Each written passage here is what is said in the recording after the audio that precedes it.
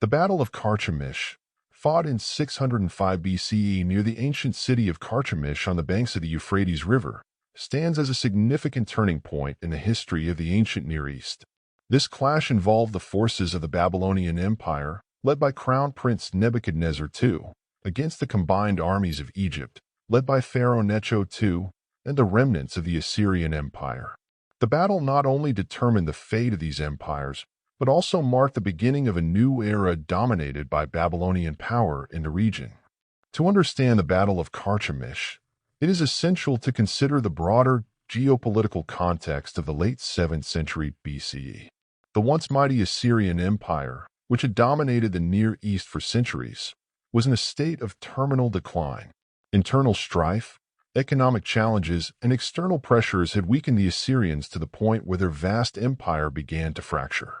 Key Assyrian cities, including Nineveh and Ashur, had already fallen to a coalition of Babylonians and Medes by 612 BCE, signaling the near end of Assyrian dominance.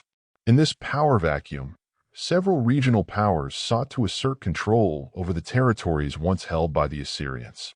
The most prominent contenders were the Babylonians, led by King Nabopolassar, and the Egyptians under Pharaoh Necho II.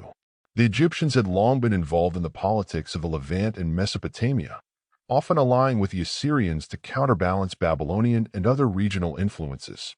However, with the Assyrian Empire in disarray, Necho II saw an opportunity to expand Egyptian influence over Syria, Palestine, and Mesopotamia. Pharaoh Necho II's ambitions were not merely territorial. He also sought to resurrect the fading power of the Assyrian Empire as a buffer state against the growing strength of Babylon.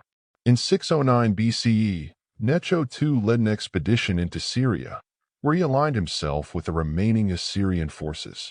During this campaign, Necho II's forces clashed with the kingdom of Judah, leading to the death of King Josiah at the Battle of Megiddo. This victory allowed the Egyptians to continue their advance toward the Euphrates, where they joined the Assyrians in a last-ditch effort to reclaim their lost territories.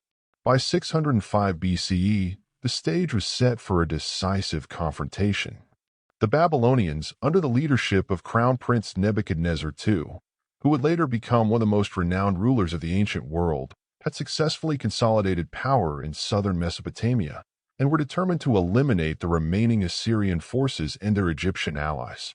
Nebuchadnezzar had already demonstrated his military prowess by leading successful campaigns against the Assyrians and their allies, and the upcoming battle at Carchemish would be the ultimate test of his leadership.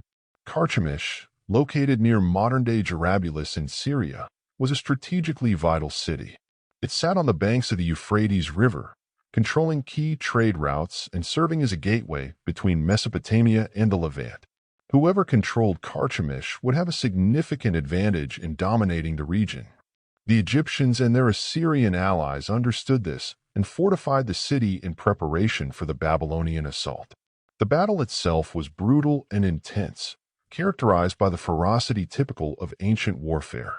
Nebuchadnezzar's forces, likely composed of seasoned troops experienced in the tactics of siege warfare and open battle, faced off against a coalition that, while formidable, was deeply divided and demoralized.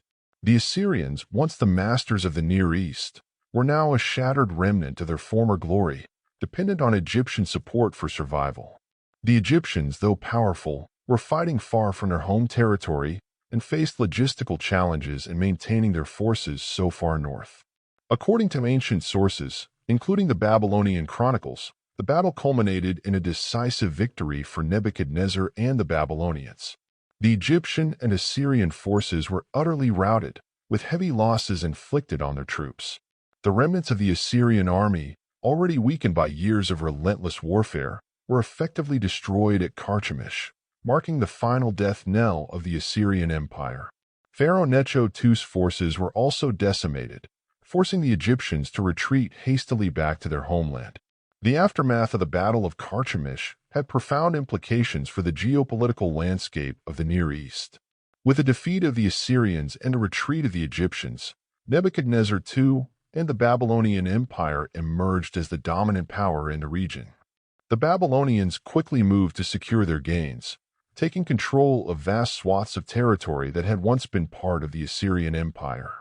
This expansion included Syria, parts of Anatolia, and eventually the Kingdom of Judah, which became a Babylonian vassal state. Nebuchadnezzar's victory at Carchemish also solidified his position as the heir to the Babylonian throne. His father, King Nabopolassar, died shortly after the battle, and Nebuchadnezzar ascended to the throne of Babylon, embarking on a reign that would see the city of Babylon become one of the most magnificent capitals of the ancient world. Under his rule, Babylon reached new heights of architectural and cultural achievement, exemplified by the construction of the Hanging Gardens, one of the seven wonders of the ancient world. The defeat at Carchemish had severe consequences for Egypt as well. Pharaoh Necho II's ambitions to expand Egyptian influence into the Near East were permanently thwarted. Egypt was forced to retreat to its traditional borders, and its influence over the Levant and Syria waned significantly. The battle marked the end of Egypt's role as a major power broker in the region, relegating it to a secondary status in the face of Babylonian dominance. The Battle of Carchemish also had significant repercussions for the smaller states in the region, particularly the Kingdom of Judah. The Babylonians under Nebuchadnezzar would eventually turn their attention to Judah, leading to a series of conflicts that culminated in the capture of Jerusalem and the Babylonian exile, a seminal event in Jewish history.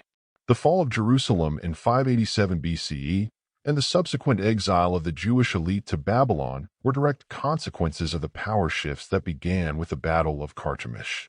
In terms of military strategy and tactics, the Battle of Carchemish is often studied for its demonstration of the effectiveness of Babylonian military organization and Nebuchadnezzar's leadership. The Babylonians' ability to defeat a coalition of two major powers, Egypt and Assyria, despite the logistical challenges of campaigning far from their home base, showcased their military prowess.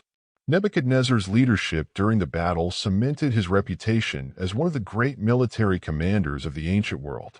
The battle also marked a significant shift in the balance of power in the ancient Near East, paving the way for the rise of the Neo-Babylonian Empire, which would dominate the region until the Persian conquest in the 6th century BCE. The defeat of the Assyrians and Egyptians at Carchemish allowed Babylon to establish itself as the preeminent power in the Near East, controlling critical trade routes, fertile lands, and strategic cities. This dominance was not just military but also cultural, as Babylon became a center of learning, science, and the arts. In conclusion, the Battle of Carchemish was a decisive and transformative event in ancient history. It marked the final collapse of the Assyrian Empire, the retreat of Egyptian influence in the Near East, and the rise of the Babylonian Empire under Nebuchadnezzar II. The battle's outcome shaped the political and cultural landscape of the region for decades to come, with Babylon emerging as the dominant power. The legacy of this battle is seen not only in the rise of Babylon but also in the profound impact it had on the history of the Near East, including the eventual Babylonian exile of the Jewish people and the subsequent developments that would shape the history of the region for centuries.